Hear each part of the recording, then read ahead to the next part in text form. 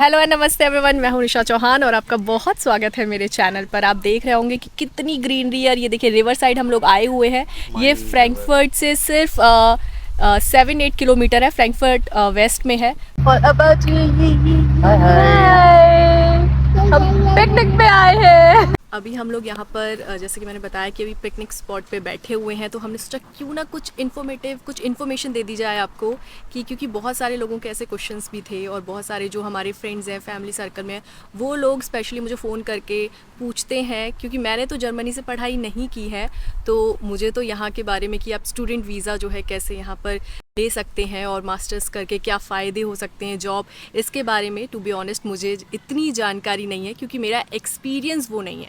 लेकिन हाँ, मेरे हस्बैंड ने जो है यहाँ से 2 मास्टर्स की हैं और यहाँ पर इनको रहते हुए, जैसे मैं पिछले वीडियो में बता चुकी हूँ, 10-12 साल हो गए हैं और जॉब का एक्सपीरियंस है, 2 मास्टर्स का एक्सपीरियंस है। तो जो लोग हैं वो मेरे से यही पूछते हैं स्पेशली कि संजीव से बात करा दो या उनसे किसी तरीके से कांटेक्ट करा दो और पूछ दो। तो मैंने सोचा कि उन सभी के लिए क्यों ना मैं एक वीडियो बना देती हूँ छोटा सा, और जो भी इन्फॉर्मेशन है, जो जानकारी है, वो दे देती हूँ। तो सबसे पहले मैं संजीव से पूछना चाहूँगी, जो स्पेशली जो क्वेश्चन होता है लोगों का, जो मेरे फ्रेंड्स हैं पूछते हैं जनरली, कि जो मास्टर डिग्री है यहाँ से कैसे ले सकते हैं और कितने फ़ायदे हैं, और यहाँ जर्मनी से मास्टर डिग्री जो है आखिर क्यों लेना चाहिए, क्या एडवांटेज है। तो coming to your question, Germany basically 2-3 main advantages हैं जिसकी वजह से एक जर्मनी बहुत अच्छा डेस्टिनेशन है मास्टर्स या हायर एजुकेशन के लिए। सबसे पहली बात तो ये है कि यहाँ ये one of the highly advanced and developed country है। तो यहाँ पे लेवल ऑफ टेक्नोलॉजी इनोवेशन काफ़ी अच्छा है। तो आपको जो एक्सपोजर मिलेगा नई टेक्नोलॉजीज़ में, नए नए तरीक़ों में, इनोवेशन में, तो वो यहाँ पे बहुत अच्छा है। दूसरी चीज़ जो यहाँ पे एजुकेशन है मेनली पब्लिक फंडेड है। तो उसका मतलब ये है कि आपको एक्स्ट्रा अपनी पॉकेट से खर्चे वैसे नहीं करने हैं आपको। हाँ, अपना स्टे का खर्चा तो देखना पड़ेगा, बट आपकी जो ट्यूशन फ़ीस है that is very less, around 200 euros in most of the public universities. But यहाँ पे भी प्राइवेट यूनिवर्सिटीज़ होती हैं, but depending on the course, depending on what you want to do, आप उस हिसाब से कोर्सेज चूज़ कर सकते हैं। बट टेक्नोलॉजी के लिए मेनली पब्लिक यूनिवर्सिटीज़ हैं। तो मेरी पहली मास्टर्स जो थी वो इंजीनियरिंग में थी, तो वो मैंने पब्लिक यूनिवर्सिटी से ही की थी। और second masters was my MBA, वो मैंने यहाँ पे सेमी प्राइवेट सेमी पब्लिक में की थी। ओके संजीव, आपको दोनों यूनिवर्सिटी का ऑलमोस्ट एक्सपीरियंस है, तो जैसे आपने बताया कि आपको पब्लिक यूनिवर्सिटी का भी एक्सपीरियंस और सेमी प्राइवेट, तो इसमें कितना, मतलब क्या डिफरेंस है? मैंने सुना है कि जो पब्लिक यूनिवर्सिटी होती हैं वहाँ पर ट्यूशन फीस नहीं लगती, और ये या फिर प्रॉपर पूरी फ्री होती है, मतलब क्या डिफरेंस है? फ्री भी नहीं है और फ़ीस ज़्यादा भी नहीं है, बहुत मिनिमल फ़ीस होती है। जब मैं अपनी मास्टर्स कर रहा था 2011 में, तब हमारी 150 यूरोज़ पर सेमेस्टर फ़ीस थी, तो which is hardly around 200-250 now. तो आप उसके आज के रेट से देखेंगे तो which is around 20-25,000 Indian rupees में per semester, which is close to nothing. But main खर्चा यहाँ पे जो है वो आपका है स्टे का। तो आपको स्टे के लिए यहाँ पे आपको एक बैकअप रखना पड़ेगा 2 साल के लिए मिनिमम। स्टूडेंट जॉब्स आप कर सकते हैं, बट स्टिल आप जर्मन वीज़ा के लिए आपकी प्री रिक्वायरमेंट होती है कि आपको एक मिनिमम अकाउंट में आपके सम रहना चाहिए, उसके बगैर वीज़ा नहीं मिलेगा ओके, आपको। तो संजीव मुझे यहाँ पे ये पूछना था कि जो स्टूडेंट, मतलब जो यहाँ जर्मनी में पढ़ाई करने के लिए आना चाहते हैं, स्पेशली मास्टर या बैचलर डिग्री करने के लिए, तो वो यहाँ पर मतलब कैसे अप्लाई करें, वीज़ा के लिए कैसे अप्लाई करें, मतलब उसको एक्सप्लेन। अगर मैं देखो, इसमें मैंने 2 रास्ते हैं इसमें। एक, आप खुद अपनी रिसर्च करके भी अप्लाई कर सकते हैं, विच इज़ वेरी इजी, और एक है आजकल जो कंसल्टेंट्स। मैंने दोनों रास्ते देखे हैं, बट कंसल्टेंट वाले रास्ते में ये है कि you don't have to do much. आप कंसल्टेंट के पास जाइए, वो आपसे फ़ीस लेगा, आपके इंटरेस्ट के हिसाब से अप्लाई करेगा, but it is not sure कि वो अप्लाई उन यूनिवर्सिटीज़ में करेगा जिनमें आप चाहते हैं, नहीं चाहते। तो देयर आर मेनी केसेस जहाँ पे वो फ्रॉड भी बहुत करते हैं। हाँ, बहुत हाई, मतलब फ़ीस भी बहुत ज़्यादा ले लेते फ़ीस हैं। भी ले लेते हैं, और फिर आपके मनपसंद यूनिवर्सिटी में अप्लाई ना करें, that is very not sure. तो खुद अप्लाई करने के लिए भी बहुत आसान रास्ता है। सबसे पहले तो I would say go to डार्ड website DAAD.de।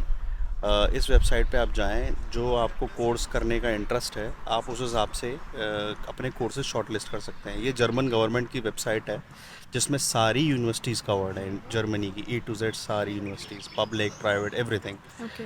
तो यहाँ पे आप जो है अपने इंटरेस्ट के हिसाब से कोर्सेज फ़िल्टर कर सकते हैं, प्रोग्राम्स समझ सकते हैं क्या कोर्सेज है। तो वहाँ पे स्कॉलरशिप की इन्फॉर्मेशन, एडमिशन की इन्फॉर्मेशन, सारी इन्फॉर्मेशन आपको एक ही सिंगल वेबसाइट पे मिल जाएगी।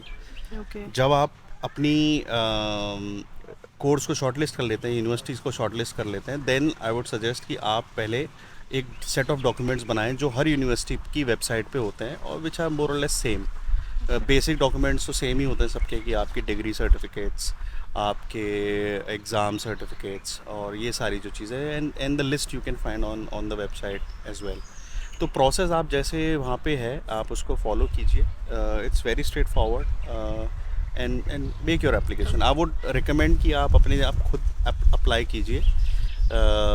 It might look uncomfortable in the beginning, but if you just go with it, it's easy.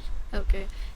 Sanjeev, लोगों का जनरली क्या होता है कि जितने भी मतलब फ्रेंड से मेरी बात हुई हो, जनरली उनका क्या होता है कि यहाँ पर जो लैंग्वेज का प्रॉब्लम है वो बहुत रहता है। See, तो वो है। उनका कहना होता है कि क्या यहाँ पर इंग्लिश यूनिवर्सिटीज़ भी हैं, क्या यहाँ पर चांसेस है जो इंग्लिश लैंग्वेज जिनको आती है उनके लिए क्या चांसेस हैं, क्या जॉब मिल सकती है, मतलब ऐसे कई सारे क्वेश्चंस होते हैं जी उनको। जी। तो देखो, कोर्सेज यहाँ पे जर्मन और इंग्लिश दोनों में, मेरी दोनों मास्टर्स इंग्लिश में थी, but it's a very big but. आपको जो है यहाँ पे जर्मन तो सीखनी पड़ेगी। If you have to get absorbed in the German labour market, आपको जर्मन यहाँ पे सीखनी ही पड़ेगी। There is no other way around. वो थोड़ी ट्रिकी पार्ट है यहाँ पे जर्मनी में, कंपेयर टू US और UK। वहाँ पे इंग्लिश है तो हमारी नेटिव लैंग्वेज जैसी ही है, तो इतना कोई इशू नहीं है। बट यहाँ पे आपको वो सीखना पड़े, एक्स्ट्रा एफर्ट आपको मारना पड़ेगा। That is I would say a must. जितनी आपकी जर्मन अच्छी होगी उतने आपकी अपॉर्चुनिटीज़ ज़्यादा होंगी। पर ऐसा भी नहीं है कि अगर आपको जर्मन नहीं आती है तो यहाँ पर चांसेस नहीं है ग्रो करने के, ऐसा भी नहीं है। ऐसा मतलब भी नहीं है कि नहीं है, बट फिर वो टफ हो जाता है और आपको स्ट्रगल ज़्यादा, क्योंकि कंपटीशन। वो आप ऐसे सोच के देखिए कि जर्मन्स जो हैं इंग्लिश मोस्टली पढ़े लिखे जर्मन्स इंग्लिश बोलते हैं। जब आप सिर्फ इंग्लिश स्पीकिंग जॉब्स में अप्लाई कर रहे हैं तो you are competing with English speaking Germans, other international people as well. Okay. तो वहाँ पे लिमिटेड जॉब्स में कंपटीशन बहुत हाई है। बट आप जब जर्मन स्पीकिंग हो जाते हैं तो आपके लिए जो ऑप्शंस है वो बढ़ जाते हैं। और फिर हम इंजीनियरिंग बैकग्राउंड और इन सबको भी लेवरेज कर सकते हैं, जो इंडिया में बहुत सारे इंजीनियरिंग डिग्रीज लेके हम लोग ले रहे होते हैं। तो यहाँ पे वो इतने जनरली बच्चे होते नहीं है, तो इस चीज़ का हम एडवांटेज यहाँ ले सकते हैं। और यहाँ पर जो वीज़ा प्रोसेस होता है वो किस तरह से करना है, क्योंकि बहुत सारे लोगों का क्वेश्चन यही होता है। मैं दोबारा ये चीज़ थोड़ा अलग उससे पूछ रही हूँ कि जो वीज़ा है वो कैसे अप्लाई करें, क्या क्या डॉक्यूमेंट्स लगते देखो, हैं, वीज़ा के लिए और तो कितना ब्लॉक अमाउंट होना चाहिए। राइट। तो so as I told you in the beginning कि पहले तो आपको, जब अगर आप स्टडी के राउट से आते हैं, यहाँ पे राउट्स तो बहुत सारे हैं यहाँ पे आने के। आप एजुकेशन के पॉइंट से आ सकते हैं, आप जॉब के लिए आ सकते हैं, ट्रांसफ़र लेके, जो भी आपको पॉसिबिलिटीज़ हैं। ऑन साइट भी लोग बहुत आते हैं यहाँ पे। अगर आप सिर्फ स्टडीज़ की बात करते हैं तो स्टडी में जैसे मैंने बताया था आपको, पहले डार्ट पे पहले कोर्स शॉर्टलिस्ट करना है, यूनिवर्सिटी शॉर्टलिस्ट करनी है। Then you have to prepare a set of documents जो आपको यूनिवर्सिटी में सबमिट करने हैं। Accordingly you have to initiate the application process per university as per your course. Once you do that, तो एक waiting period होता है। There are 2 Intex generally, एक तो समर इंटेक होता है और एक आपका ऑटम फॉल इंटेक होता है। Fall is October, winter intake, और समर इंटेक आपका अप्रैल में होता है। तो आप देखें आपका कोर्स कब हो रहा है, उस हिसाब से आप अप्लाई कर दें। जब आप अप्लाई कर देते हैं, अगर आपको यूनिवर्सिटी ने सेलेक्ट कर लिया तो then they will let you know कि we have short listed you, we will invite you to be part of our next semester. तो फिर उस केस यूनिवर्सिटी की में तरफ से कॉल। एग्जैक्टली वो आपको फिर एडमिशन लेटर इशू करेंगे। उस लेटर से के बेसिस पे then you can start your visa process. For that also it's very straightforward. You can use VFS. VFS is the main coordinator between German government for German visas in India. तो सारे visa उन्हीं के ही through लगते हैं, तो उसके लिए आपको VFS की साइट पे जाके अपॉइंटमेंट के लिए करना है। तो उसमें आप स्टूडेंट वीज़ा के लिए जाएंगे तो उस हिसाब से अप्रोप्रिएट वीज़ा आप सेलेक्ट करके अप्लाई कर दीजिए। आपको डेट जैसे मिले उस हिसाब से आप करके सारे डॉक्यूमेंट्स लेके अपनी डेट पे आप जाके और जो सबमिट कर देना। डॉक्यूमेंट्स है वो किस साइट पे, मतलब पूरा VFS लिस्ट? VFS पे तो आपको अपॉइंटमेंट मिल जाएगी। बाकी वीज़ा के लिए वो लिस्ट आपको वो भी देंगे। आप क्या कहते हैं, जर्मन एम्बेसी की साइट पे भी जाके ये सारी, I think you can provide those links या इन द डिस्क्रिप्शन। तो उसमें आप जो है उस एम्बेसी की साइट पे जाके लिस्ट ऑफ डॉक्यूमेंट्स आप देख सकते हैं और उस हिसाब से देन यू कैन। लेकिन कुछ एक जो डॉक्यूमेंट्स हैं, मतलब जो तुमने जैसे दो मास्टर्स किए हैं तो तुम्हें पता है, तो वो बता दो जो भी डॉक्यूमेंट्स जमा। बेसिकली जो हम मेरे टाइम पे जो मैंने मास्टर्स में जो डॉक्यूमेंट जमा किए थे, एक तो एडमिशन लेटर तो मस्ट है, क्योंकि दैट गिव्स द बेसिस की why you are applying for visa, because you are going to study there. Then you need to show your financial back arrangement.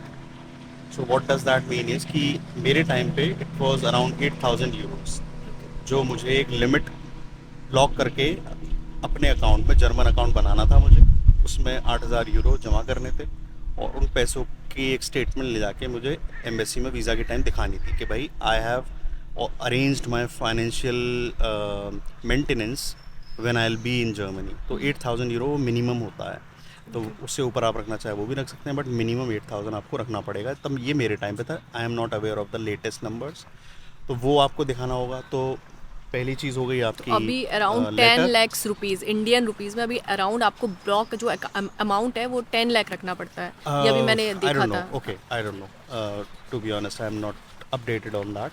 तो आपको एडमिशन लेटर चाहिए, आपको अपना financial declaration चाहिए कि आपने वो अकाउंट, अपने ब्लॉक्ड अकाउंट खोला हुआ है, आपके वहाँ पैसे जमा हो रखे हैं। तो ये दो तो बहुत इंपॉर्टेंट चीज़ें हैं जो आपको ले जानी है। उसके बाद डिपेंड करता है कि आप टिकट दिखाएं ना दिखाएं, but that is very I would say depends कि वीज़ा आपको कब मिलता है। बट ये दो चीज़ तो मस्ट ही मस्ट है। फिर आप अपने डॉक्यूमेंट्स ले जाते हैं, जो भी आपके सारे डिग्रीज वगैरह होती हैं, सारी होती हैं, because they want to check your previous documentation as well. Visa officer, और वीज़ा ऑफिसर जनरली इंडियंस ही होते हैं। तो बेसिक क्वेश्चंस होते हैं कि क्यों जा रहे हैं आप, क्या करेंगे वहाँ पे। तो straightforward answers are there कि I am going to study there, this is my admission letter and so on. तो उसके बेसिस पे you get a visa. Then after you have secured your visa, I would say always plan ahead. So what does that mean is, before you are planning to land in Germany, always plan for your accommodation and every other thing in advance. तो उसके लिए it's very easy. Always look for the dorm site or hostel, student hostels for that particular university. तो हर university का अपना एक Dom body होती है, hostel body होती है, उनकी वो वेबसाइट पे इंफॉर्मेशन होती है। उधर आप अपना अप्लाई कर दें कि भाई मुझे डॉम चाहिए होगा इस सेमेस्टर की स्टार्टिंग से। तो do that well in advance, क्योंकि उसमें काफ़ी वेटिंग होती है। तो उससे आपको क्या है, जनरली अगर आप 2-3 महीने पहले अप्लाई कर देते हैं तो जनरली आपको अकोमोडेशन मिल जाती है जाने से पहले ही। तो आप सीधा फिर जाके अपने ही रूम में स्टे करेंगे, बजाय इसके कि आप किसी होटल में रुके या कहीं और रुके। तो ये nice. चीज़ें हैं जो आप कर सकते हैं। और कोई लैंग्वेज कोर्स, कोई सर्टिफिकेट लगाना होता है ऐसा कुछ? नहीं, बट वो डिपेंड्स, आपके कोर्स पे डिपेंड करता है। मेरे Okay. दोनों इंग्लिश स्पीकिंग कोर्स थे, तो वहाँ पे मुझे जर्मन प्रोफिशिएंसी कुछ नहीं देनी थी। But if you are doing a German course, तब you have to show some proficiency. तो उसके लिए you have to plan accordingly. तो जर्मन आप सीखें, उसके लिए गोएथे है, आई वुड से गोएथे से सीखें या किसी रेनाउंड बॉडी से ही सीखें आप, क्योंकि अल्टीमेटली सब वहीं जाके सर्टिफिकेशन कराते हैं। और कुछ इंग्लिश सर्टिफिकेट भी देना होता है? हाँ, तो मेरा इंग्लिश कोर्सेज थे, तो I had to give IELTS exam, IELTS। तो मिनिमम मेरा 6.5 बैंड मांगा था, तो मेरा 7+ था। सो उसमें क्या है कि आपके इंग्लिश आपको प्रोफिशिएंसी दिखानी होती है। तो I got 7 something, 7.5 out of 9। तो आप भी उसको दे सकते हैं. It's not so tough exam. Decent level English आपकी चेक होती है वहाँ पे, बट ये भी आपको चाहिए होगा हाँ, तो डिपेंडिंग इतना ऑन भी द टफ नहीं है जितना आप लोग सोचते हो कि ये जर्मन कंट्री है और यहाँ पर स्टडी करना बहुत टफ है, कैसे आ सकते हैं, लैंग्वेज नहीं आती है. लेकिन इतना टफ नहीं है. जैसा कि संजीव ने बताया, कुछ एक चीज़ें होती हैं जिन्हें करना होता है, और जैसे कि पहले से यूनिवर्सिटी, जैसे कि सब कुछ संजीव ने बता दिया. और एक एट द एंड कि यहाँ पर हम पढ़ाई करने के लिए क्यों आए, यहाँ पर ऐसा क्या है